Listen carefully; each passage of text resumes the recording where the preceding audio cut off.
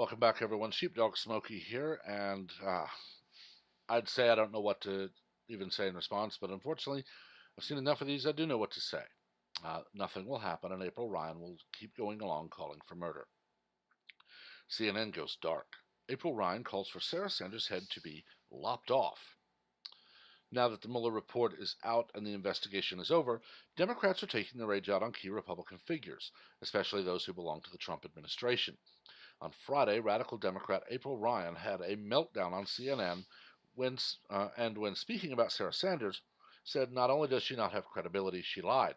The unhinged Democrat wasn't done there. She out and out lied, and the American people, can't trust her.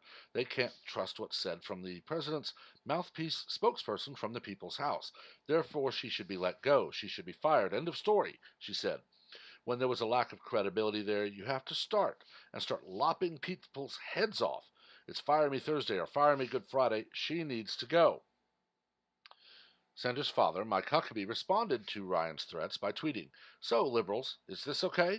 Does CNN have the integrity to deal with this incitement to murder?" CNN's April Ryan says Sarah Sanders' head should be lopped off, and later added that will the at WHCA revoke April Ryan's credentials? If not, they are gutless tools. CNN's April Ryan said Sarah Sanders' head should be lopped off. We have the second tweet with the White House Correspondents Association.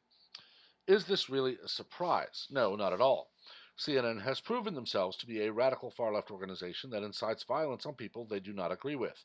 After Mike Huckabee's tweets, Ryan went on to play the victim by tweeting, "As I thank God this day and for his sacrifice, as you should be doing, I have a warning for you. If anything happens to me or mine or anyone connected with me, you and your daughter and this administration will be held accountable, so you better stop now." Twitter made sure to hammer Ryan. Caleb Hull tweeted, "How do you identify legitimate criticism versus inciting violence with the left's new standards? April Ryan literally called for at press sec's head to be lopped off, and now is playing the victim because her dad called for her credentials to be revoked. In what world is this okay?" Conservative Alana Mastrangelo tweeted, "April Ryan, you have to start lopping heads off. Mike Huckabee, will the White House revoke April Ryan's credentials? April Ryan, if anything happens to me, you and your daughter and this administration will be held accountable. This is the new leftist strategy. Is so annoying." Scott Presler wrote, after calling for Sarah Sanders' head to be lopped off, at April D. Ryan should not be allowed in the White House. April Ryan is a clear and present danger to Sarah Sanders' life. This tweet brings up a very good point. The same people who said that President Trump was endangering the life of Ilhan Omar after she downplayed the 9/11 attacks are completely silent when April Ryan calls for Sarah Sanders' head to be lopped off. Total hypocrisy. It is, and it will never stop. April Ryan will be defended by every CNN idiot they have.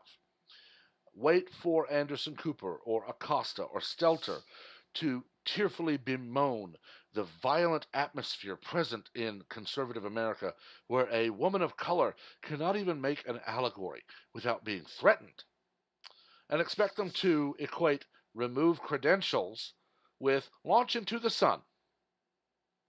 This is the world we live in, people, where you are not allowed to even be upset when a CNN anchor like April Ryan calls for someone's death.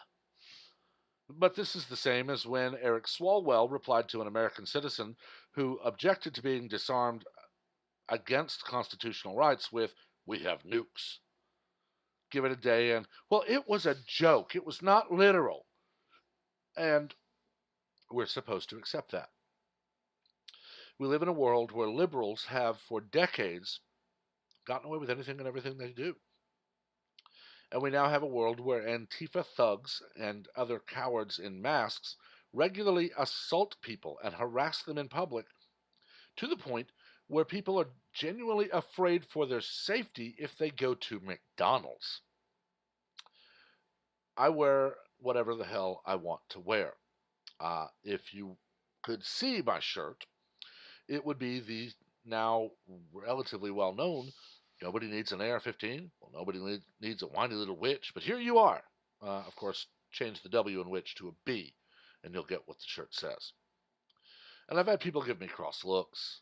I did have my boss who saw it because I showed a picture of it, and he thought it was hilarious, but he told me not to wear it at work because, of course, vulgarity on it, and I respect that. I have worn it when I go to gun shows, and while out and about, not at the gun show, while also wearing my MAGA hat, I've had people give me dirty looks. I've heard them whispering to each other, but no one has said a word to me. But then again, unlike Sarah Sanders, I'm a 6'1", 200 plus pound, not too old at all guy.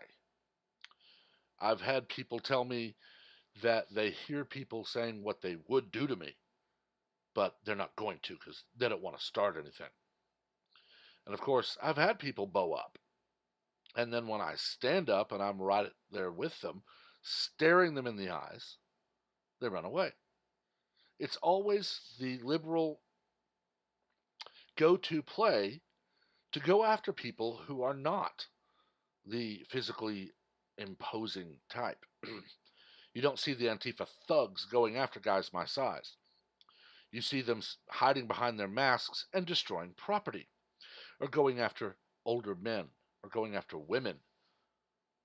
I wonder what would have happened in Canada had the guy who roundhouse kicked a pro life protester, who happened to be a smaller woman, had turned around and seen a 6'1", 200 plus pound guy standing there. How fast would he have fallen over himself to run away? What would have happened had the guy who, in the now very infamous video for handing out a nap to a thug with an asp, what if we had 40 or 50 of those standing there going, "You feel froggy? Jump."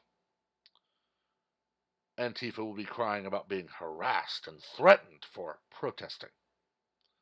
Expect in the next few days to hear April Ryan continue to whine and moan and decry the horrible, horrible conditions of this country when a woman of color is not allowed to simply express her point of view.